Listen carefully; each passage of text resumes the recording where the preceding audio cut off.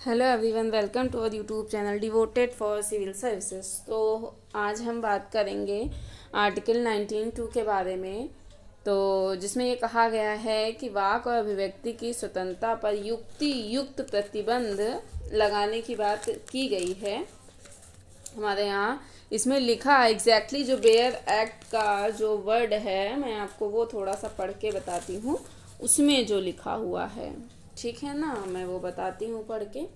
उसमें लिखा है खंड एक के उपखंड का कि कोई बात उक्त उपखंड द्वारा दिए गए अधिकार के प्रयोग पर भारत की प्रभुता और अखंडता, राज्य की सुरक्षा, विदेशी राज्यों के साथ मैत्रीपूर्ण संबंधों, लोक व्यवस्था, शिष्टाचार या सदाचार के हितों में अथवा न्यायालय अवमान, हानि या अपराध उद्दीपन के संबंध में युक्ति युक्त निर्बंधन जहाँ तक कोई विद्यमान विधि अधिरोपित करती है वहाँ तक उसके प्रवर्तन पर प्रभाव नहीं डालेगी या वैसे निर्बंधन अधिरोपित करने वाली कोई विधि बनाने से राज्य को निवारित नहीं करेगी।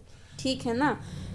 तो ये है इसको अगर मतलब आपके बोलने से देश की प्रभुता और अखंडता पर कोई आंच आती है तो आपको रोका जा सकता है। इसका मतलब ये है जो मैंने अभी आपको पढ़ के सुनाया, ठीक है ना। इसको मैं कुछ नाम दे देती हूँ या ऐसे ही जो पढ़ ये इसको आप अपने जो मैंने बोला है आप इसे कोई मतलब नामित कर लीजिए, जो भी आपको करना हो। तो आपको रोका जा सकता है। दूसरा, राज्य की सुरक्षा और तीसरा, विदेशी राज्यों के साथ मैत्रीपूर्ण संबंध, यही इसमें बात की गई है, ठीक है ना। चौथा क्या बोला, लोक व्यवस्था के नाम पर बोलने के अधिकार को प्रतिबंधित किया जा सकता है, ठीक है ना। ये 8 आधार हैं, ठीक है ना। तो भारत की संप्रभुता और अखंडता पर प्रतिबंध मैंने आपको बताया। यहाँ पर बताया गया है कि प्रतिबंध लगाया जा सकता है। प्रतिबंध लगाएगा कौन? राज्य लगाएगा। राज्य में कौन है? संसद लगा सकता है, केंद्र सरकार लगा सकती है, राज्य विधानमंडल लगा सकती है। क्या यहाँ पर कोई ऐसा कानून है जो यह कहता है कि भारत की संप्रभुता और अखंडता के संबंध में अगर आप कुछ गलत करते हैं तो आपके ऊपर प्रतिबंध लगाए जा सकते हैं? जी हाँ। आईपीसी की धारा मतलब अपने भारतीय आपराधिक संहिता की धारा 124 के ए में इसी प्रकार की बात कहता है। इसमें राजद्रोह के प्रावधान, हाँ तो इसमें जो है राजद्रोह के बारे में प्रावधान किया गया है। आपकी वाक अभिव्यक्ति की स्वतंत्रता को राजद्रोह के आधार पर प्रतिबंधित किया जा सकता है। मतलब संप्रभुता क्या, अगर आपने कहीं ये बोलना शुरू कर दिया कि आप संविधान को नहीं मानते हैं तो यह माना जाएगा कि आप भारतीय संप्रभुता की सर्वोच्चता को स्वीकार नहीं कर रहे हैं, आप भारतीय अखंडता को स्वीकार नहीं कर रहे हैं। कोई अगर देश का राज्य नागालैंड, पंजाब आदि कहे कि हम स्वतंत्र हैं तो बिल्कुल नहीं कह सकते हैं। कोई नक्सलवादी मूवमेंट करना शुरू कर दे तो यह भारत की अखंडता के खिलाफ माना जाएगा। ऐसे में आपकी वाक और अभिव्यक्ति की स्वतंत्रता को प्रतिबंधित किया जा सकता है। तो मैंने क्या बताया कि भारत की संप्रभुता और अखंडता आईपीसी की धारा 124 ए के तहत राजद्रोह का प्रावधान किया गया है। और क्या किया गया कि राजद्रोह के आधार पर आपको आजीवन कारावास या जुर्माना या दोनों ही लगाए जा सकते हैं। इस संबंध में 2 बड़े मामले भी आए थे।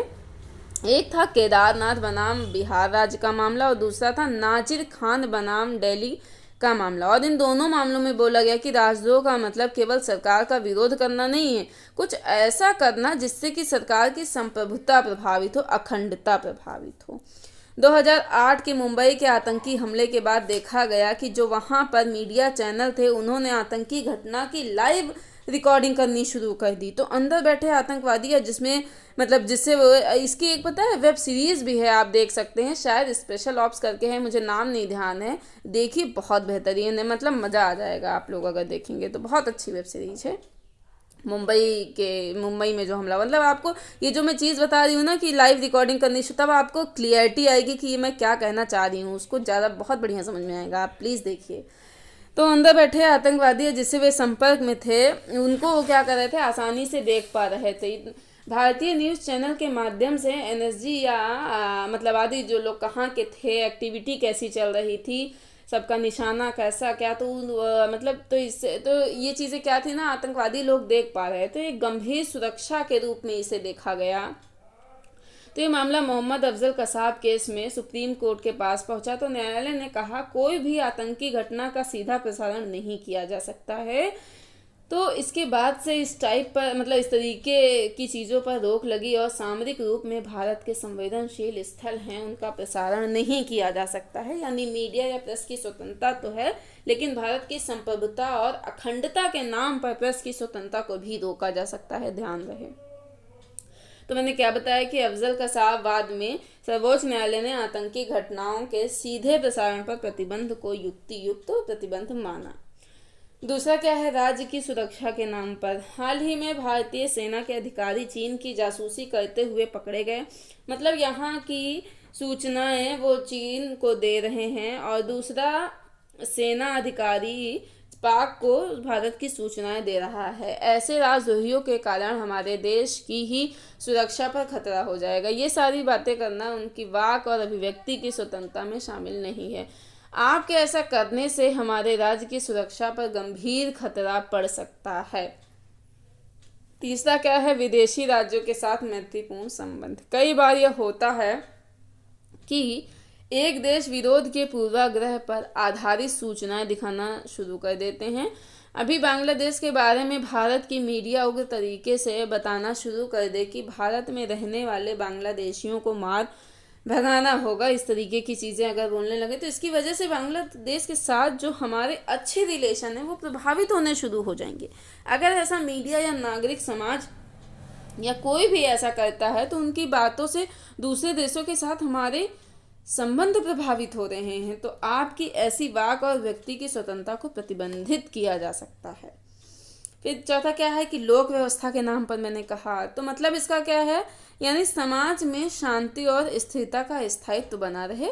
इसके लिए जरूरी है कि अगर आप कोई भी ऐसा कार्य करते हैं जो शांति व्यवस्था को भंग करने का मतलब भंग करने वाला हो तो आपके वाक और व्यक्ति की स्वतंत्रता को प्रतिबंधित किया जा सकता है। फिर इसमें क्या है, राष्ट्रीय सुरक्षा कानून जो है 1980s के तहत देखने को मिलता है। ऐसा कानून जो पब्लिक ऑर्डर भंग करने पर आपको वाक और व्यक्ति की स्वतंत्रता को प्रतिबंधित कर सकता है। ठीक है ना। नेक्स्ट फिर आता है शिष्टाचार या सदाचार पर भी आपकी जो है वाक और व्यक्ति की स्वतंत्रता को भंग किया जा सकता है। ठीक है ना। तो आईपीसी की धारा 292 के तहत सार्वजनिक स्थलों पर अश्लील तथ्य या साहित्य वीडियो सब मतलब इस तरीके की चीज़ों को जो बिक्री कर रहे हो तो इसे भी प्रतिबंधित किया जा सकता है। या सामग्री का प्रदर्शन कर रहे हों, वितरण बेच रहे हैं, इधर उधर मतलब भेज रहे हों तो बिक्री अवैध हो अगर तो तब भी मतलब इसकी जो ये है इसको रोका जा सकता है, प्रतिबंधित किया जा सकता है। इसी तरीके से देश में एक बड़ी समस्या देखने को आती है चाइल्ड पोर्नोग्राफी। इसलिए पिछले एक दशक से चाइल्ड रेप की घटनाएं भारत में बढ़ी हैं। ये सबसे गंभीर मुद्दा माना जा रहा है। तो सर्वोच्च न्यायालय ने चाइल्ड पोर्नोग्राफी के तमाम रूपों पर बैन लगाने की बात की है और सरकार को गंभीर चेतावनी दी कि इसे रोका जाए। यह वाक और व्यक्ति की स्वतंत्रता नहीं मानी जाएगी। कोई बोले कि हमारी पोर्नोग्राफी साइट है और हमारा ऑनलाइन एक्सप्रेशन का अधिकार है तो ये बिल्कुल ही गलत है, क्योंकि इस पर युक्त प्रतिबंध लगाए जा सकते हैं। फिर नेक्स्ट आता है न्यायिक अवमानना, न्यायालय के निर्णय को स्वीकार ना करना। इसका मतलब ये है उसकी घोर आलोचना करना जिससे न्यायपालिका की गरिमा पर चोट पहुँचे। कि जैसे किसी माफिया की ज़मीन को न्यायालय ने कहा कि माफिया से इसे खाली करो और लेकिन जो है माफिया ने मना कर दिया तो न्यायालय इसे न्यायिक अवमानना समझेगी और न्यायालय की गरिमा को आप ठेस पहुंचा रहे हैं ऐसा माना जाएगा। तो संविधान के अनुच्छेद 129 और अनुच्छेद 215, 129 है सुप्रीम कोर्ट और 215 है उच्च न्यायालय के तहत क्रमशः सर्वोच्च और उच्च न्यायालय को न्यायिक अवमानना के आधार पर दंड देने का अधिकार है, ध्यान रहे। तो संसद द्वारा कानून बनाया गया कि न्यायिक अवमानना एक्ट 1971 के तहत न्यायिक अवमानना दो प्रकार की होती हैं। एक तो होती हैं दीवानी और दूसरी होती हैं आपराधिक। दीवानी में है कि जानबूझकर न्यायालय के निर्णय का निरादर करना, आपराधिक में है न्यायालय के प्राधिकार को चुनौती देना या न्यायिक कार्यवाहियों में बाधा उत्पन्न करना। ऐसा आपने बहुत फेमस केस अभी सुना होगा कुछ 1-2 साल पहले कि प्रशांत भूषण जो कि वकील और अधिवक्ता थे, मतलब हैं, अभी भी हैं, तो इनके द्वारा जो है सोशल मीडिया पर ट्वीट किया जो कि सर्वोच्च न्यायालय के मुख्य न्यायाधीश उनके खिलाफ था, कि वो ये था कि एक महंगी बाइक पर लिखा था कि न्यायाधीश बोडे साहब, ऐसा करके कुछ लिखा था। तो उसका मजाक उड़ाया और व्यंग्य भी कसा गया। तो वो एक किसी बीजेपी नेता के सांसद की बाइक थी। तो बेड़े जी का कहना था कि बिना किसी सबूत के केवल अनुमान के आधार पर न्यायालय की गरिमा को चोट पहुंचाने का प्रयास भूषण जी द्वारा किया गया। इसे हम न्यायिक अवमानना के रूप में देखेंगे और इन्हें दंड भी देंगे। हालांकि भूषण ने कहा, हम किसी प्रकार की दंड स्वीकार करने को तैयार हैं। अंततः उन पर 1 रुपए का जुर्माना जो है उनके ऊपर लगाया गया। तो ये सांकेतिक रूप में यह बताने का प्रयास था कि न्यायपालिका की गरिमा को कोई भी आधार या चुनौती देने वाला काम बर्दाश्त नहीं किया जाएगा। तो डिबेट यह है कि न्यायपालिका हर प्रकार के मामले में, जैसे अगर हम मतलब न्यायपालिका के किसी निर्णय से असहमत हैं तो क्या न्यायिक अवमानना की श्रेणी में आएगा। इसको हम थोड़ा सा आगे देखेंगे, लेकिन समझने के लिए यहाँ बता देते हैं कि न्यायपालिका से असहमत होना और निरादर करना दोनों अलग अलग बातें हैं। अगर आप असहमत हैं तो इसकी आज़ादी न्यायपालिका भी देता है कि वाक और व्यक्ति की स्वतंत्रता भी देता है, लेकिन अगर हम निरादर करते हैं तो न्यायपालिका का तो मतलब गलत है, क्योंकि पूरे संविधान की रक्षा न्यायपालिका पर निर्भर करती है। इसलिए बहस की क्या न्यायपालिका अपने न्यायिक अवमानना की शक्ति का इस्तेमाल कर रहा है या न्यायिक अवमानना की तार्किक इस्तेमाल, मतलब उनकी शक्ति का इस्तेमाल कर रहा है। तो ये डिबेट हम देखेंगे, लेकिन आगे देखेंगे, अभी यहाँ नहीं होना, फिर बहुत लेक्चर लंबा हो जाएगा। फिर क्या है, फिर 7वां आता है मानहानि। मतलब अगर आप किसी दूसरे की प्रतिष्ठा को क्षति पहुंचाते हैं, आपको वाक और अभिव्यक्ति की स्वतंत्रता का अधिकार तो है, लेकिन इसका यह मतलब नहीं है कि दूसरों पर कोई भी आरोप लगा दीजिए, दूसरों के खिलाफ कुछ भी भला बुरा आप बोल दीजिए जिससे कि समाज में उसकी प्रतिष्ठा पर नुकसान पहुंचे, तो यह उसके प्रतिष्ठा के अधिकार का उल्लंघन है। इसलिए यहाँ पर बोला गया कि आपराधिक कृत्य होगा अगर आप किसी के खिलाफ उसकी प्रतिष्ठा को क्षतिग्रस्त करने का प्रयास करते हैं तो। और इस पर काफ़ी महत्वपूर्ण भी दंड दिए गए हैं, जैसे आईपीसी की धारा 499 और 500 के तहत मानहानि को दंडनीय अपराध माना गया है। 2 वर्ष की सजा या जुर्माना या दोनों ही दिया जा सकता है।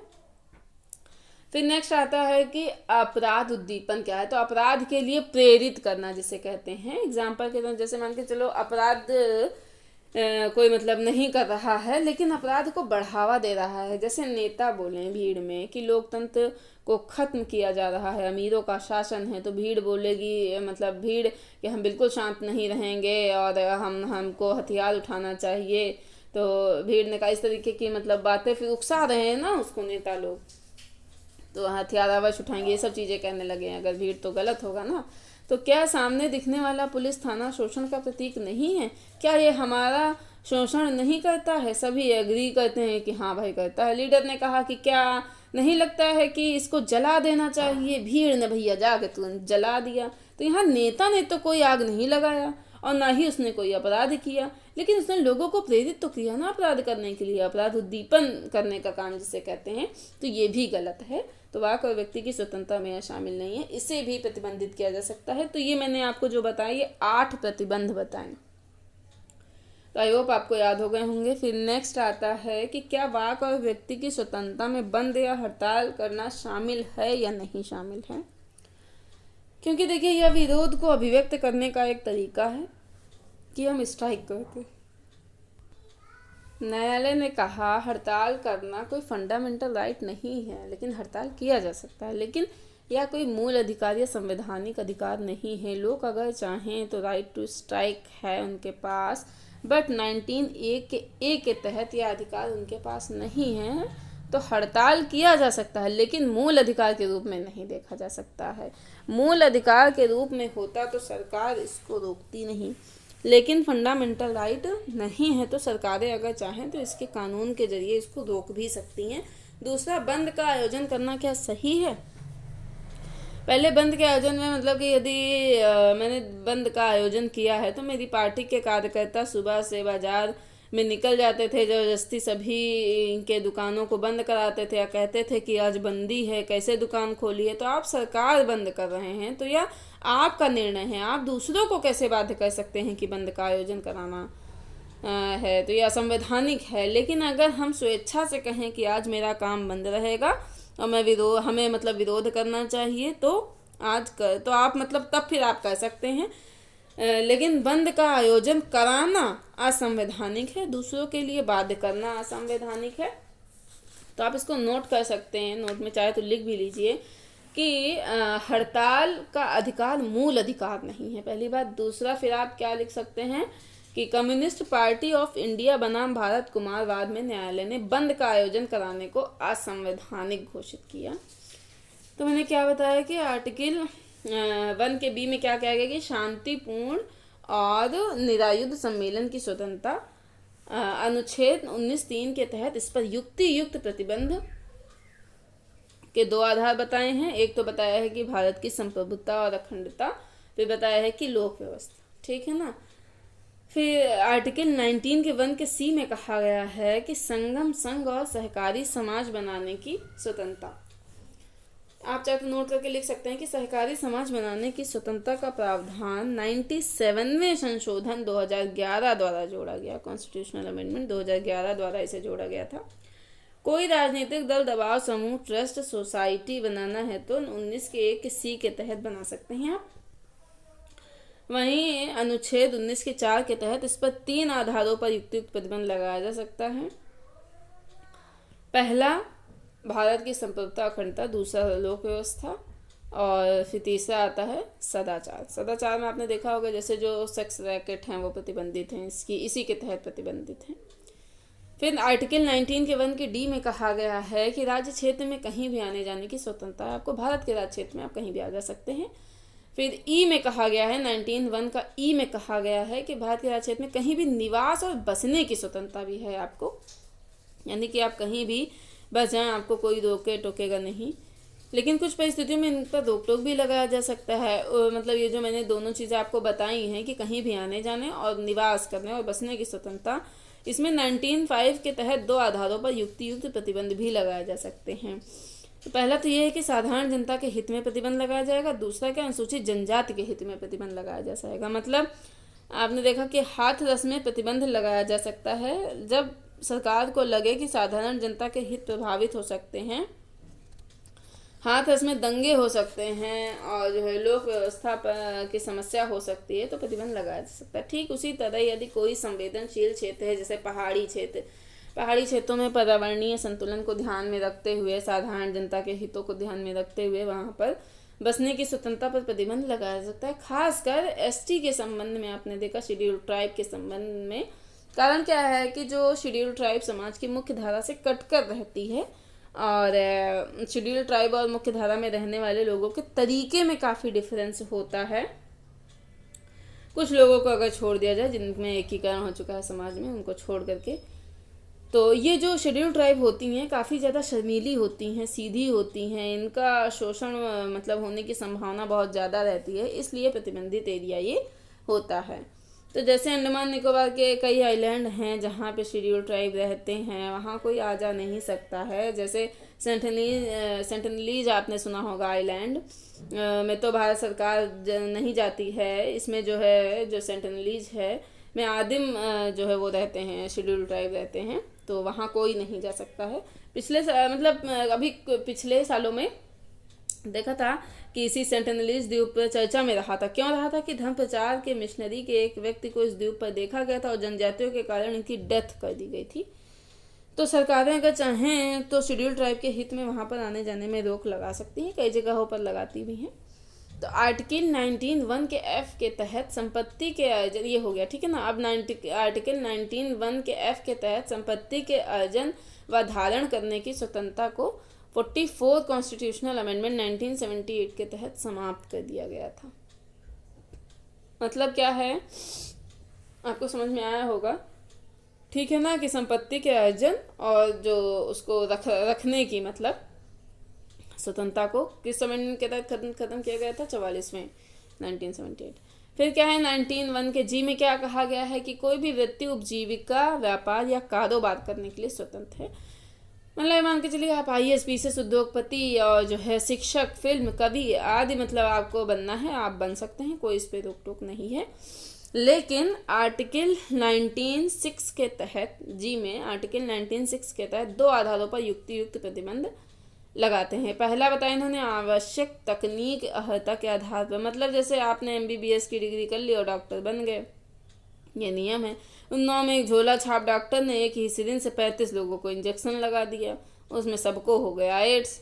तो अब जैसे मतलब उद्योग लगाना है तो उसके लिए कोई तकनीकी अर्हता है ही नहीं, कोई बात ही नहीं, तो वहाँ पर भी प्रतिबंध लगाया जा सकता है। फिर दूसरा क्या है कि राज्य द्वारा एकाधिकार, यदि सरकार कहे कि कोई कार्य हम करेंगे, आप नहीं कह सकते कि यार 19(1) के जी के तहत उल्लंघन है। जैसे राज्य ने नियम बनाया कि परमाणु ऊर्जा भारत सरकार के पास रहेगी, मान के चलो, ठीक है ना। अब अगर महिंद्रा या और भी जो अन्य तरीके की कंपनियां हैं वो कहें कि हम भी नाभिकीय अधिकार हथियार बनाएंगे, तो ये संभव नहीं है भैया, क्योंकि यहाँ पर एकाधिकार किसका है? सरकार का है, तो ये मूल अधिकार नहीं है, तो यहाँ पर भी प्रतिबंध लगाया सकता है। ये हमारा अब खत्म हो गया आर्टिकल 19। अब हमारा शुरू होता है आर्टिकल 20 क्या है, इसको हम ध्यान से समझेंगे, फिर हम आर्टिकल 21 के बारे में बात करेंगे। आर्टिकल 20 कहता है कि किसी व्यक्ति को किसी अपराध के लिए तब तक दोष सिद्ध नहीं माना जाएगा जब तक कि वह घटना घटित होने के समय प्रवृत्त विधि के अनुसार अपराध न माना जाए। आर्टिकल 20 के 1 में ऐसी बात कही गई है। अगर कोई अपराध किसी ने किया तो अपराध करने के समय पहले तो आरोप लगाया जाता है, जिन्हें आरोपी या अभियुक्त कहा जाता है। कोई जरूरी नहीं कि अभियुक्त ने ही अपराध किया हो, और कैसे साबित होगा कि उसने अपराध किया है या नहीं किया है, यह न्यायपालिका का काम है, ना कि पुलिस का। यदि न्यायपालिका ने सबूतों के आधार पर उसे अपराधी पाया तो अभियुक्त या अक्यूज्ड मतलब दोष सिद्ध, कन्विक्टेड हो जाएगा वो अगर पाया तो, और फिर उसे दंड दिया जाएगा। तो कई बार देखा जाता है कि जो कन्विक्टेड पर्सन है उसके साथ भी भेदभाव या गलत कार्यवाही भी हो सकती है, इसलिए उसे भी फंडामेंटल राइट दिए गए हैं। सोचिए, जो लोग अपराध किए हैं क्या उनको भी अपराध की मतलब ज़रूरत है? बिल्कुल है। जैसे जब हम इस प्रोविज़न को देखेंगे तो समझेंगे कि हमारे संविधान निर्माता कितने विजनरी थे, कि मतलब किसी व्यक्ति को किसी अपराध के लिए तब तक दोष सिद्ध नहीं माना जाएगा जब तक कि वह घटना घटित होने के समय प्रवृत्त विधि के अनुसार अपराध ना माना जाए। तब तक सोचिए कि कोई अपराध जब आपने किया तो अपराध कैसे माना जाए कि वो अपराध है, तो माना